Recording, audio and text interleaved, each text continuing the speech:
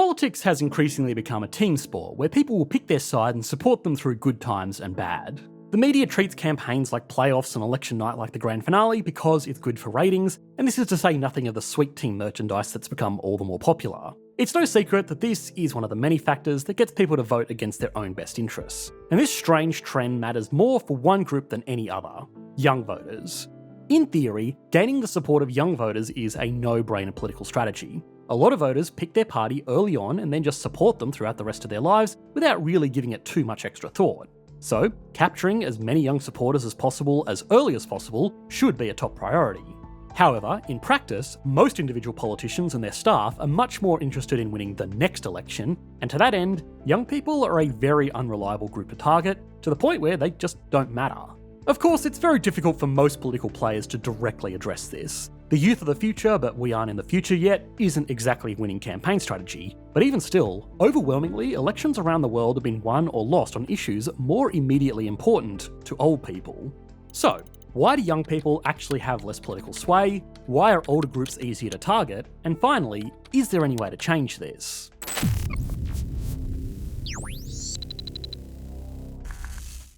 Do you ever feel like your searches, clicks and transactions have been tracked and monitored? I certainly do, and well, it's because they are. Internet service providers log your online activity and sell your information for commercial purposes, exploiting your preferences and behavioural habits. Worse still, if your internet connection is unencrypted, say in a cafe or other public space, hackers can steal your passwords and identify and install malicious software on your device. Fortunately, there is a solution. Today's sponsor, Private Internet Access, protects you from the prying eyes of hackers and internet service providers that can view and exploit your personal data. Its virtual private network hides your IP address and safeguards your internet connection using encryption via world-class server infrastructure.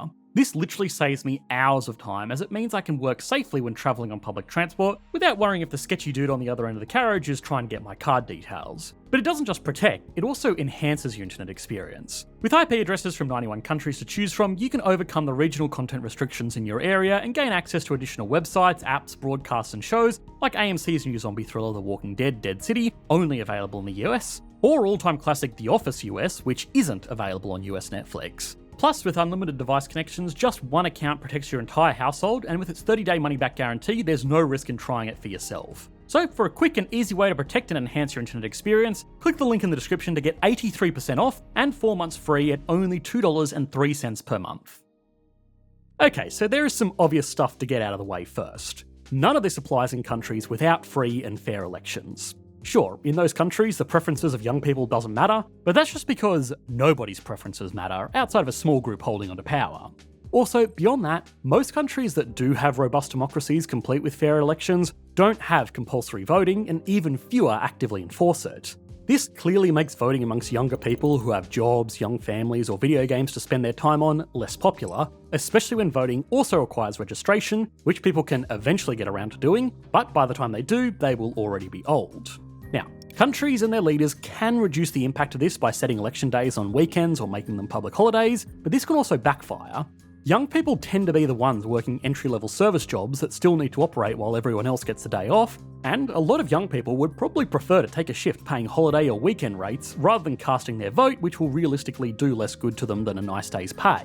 This is particularly true of smaller, less high-profile elections like local city councils, which are voted on almost exclusively by old people. Even here in Australia, where voting is mandatory on pretty much every election, I will personally admit in my younger and more vulnerable years, I've skipped some local elections and just paid the relatively small fine, either because I had no idea they were happening, or because I would still make more money picking up a Saturday shift as a broke university student. All of the political engagement in the world amongst young people and the issues they find important doesn't mean that much to politicians if they are unwilling or unable to show up and tick a box on election day. There are also just less of them. If a young person is considered someone under the age of 35, they naturally just represent a smaller share of the population, since most countries only let people vote once they reach 18. That's just 17 years compared to the 50 or so that older cohorts can largely be comprised of. Lower birth rates and people living longer have accelerated this as well, because it means even if young people did show up to vote reliably, they would still be largely outnumbered.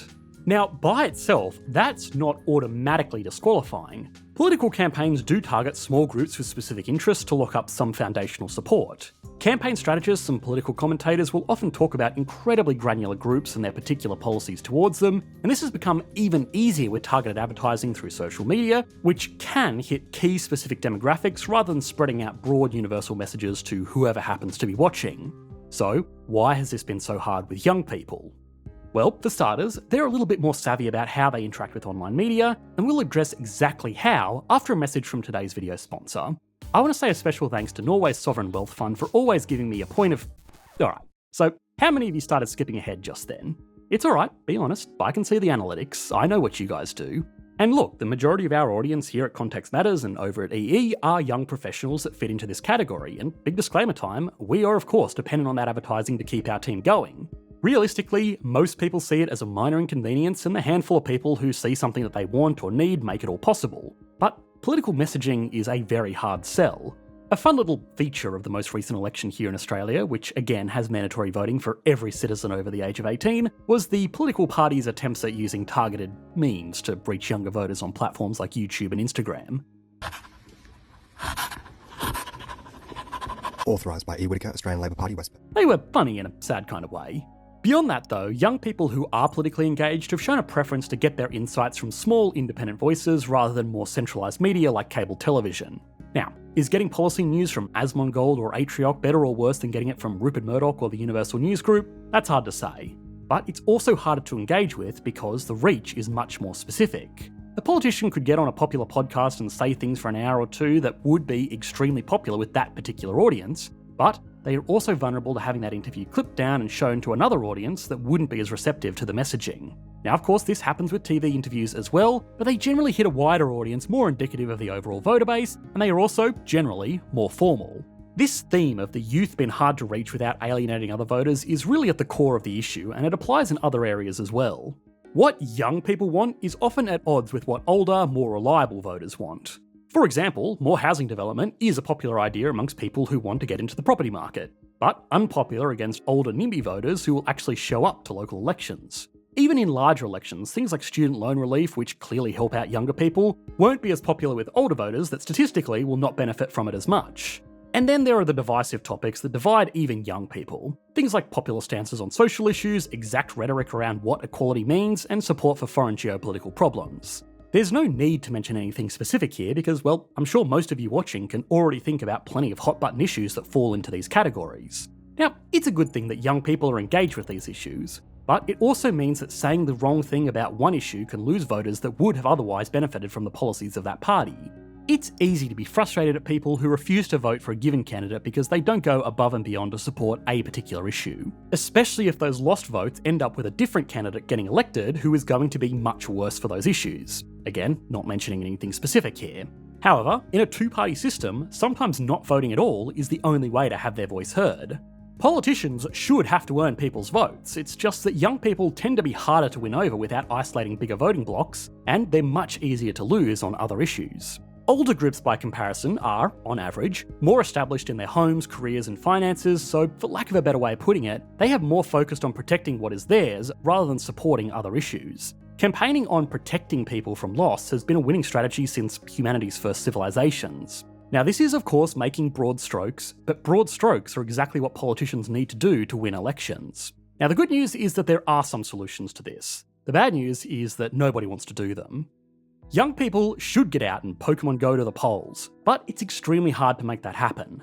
Preferential voting is another great way to make sure more diverse voices are heard, which helps lots of people, not just young voters. This works by instead of just ticking a box for one candidate, a voter ranks their preferences in order from highest to lowest. In the first round of voting, only the number ones are counted, and if someone gets 50% or more of the vote, then they are the winner.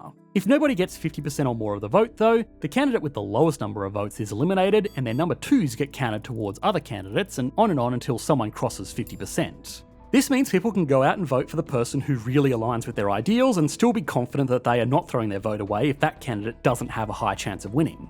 This also encourages politicians to, in a sense, work with their smaller competitors to address certain issues so that those competitors will tell their loyal supporters to put them as a priority preference. In a lot of countries, parties will actually release how to vote cards, telling their supporters how to arrange their preferences after they voted number 1 for their party. But of course, the people are free to arrange these numbers however they want. Again, using my own home country's recent election as an example, our more right-wing major party, the Liberal National Coalition, actually got more first-choice preference votes across the country. But because the Labour Party generally does better with runoff votes from smaller groups like the Greens and Independents, they came back as more votes eventually went to them. Overall, they won the election in one of the biggest landslides the country has ever seen.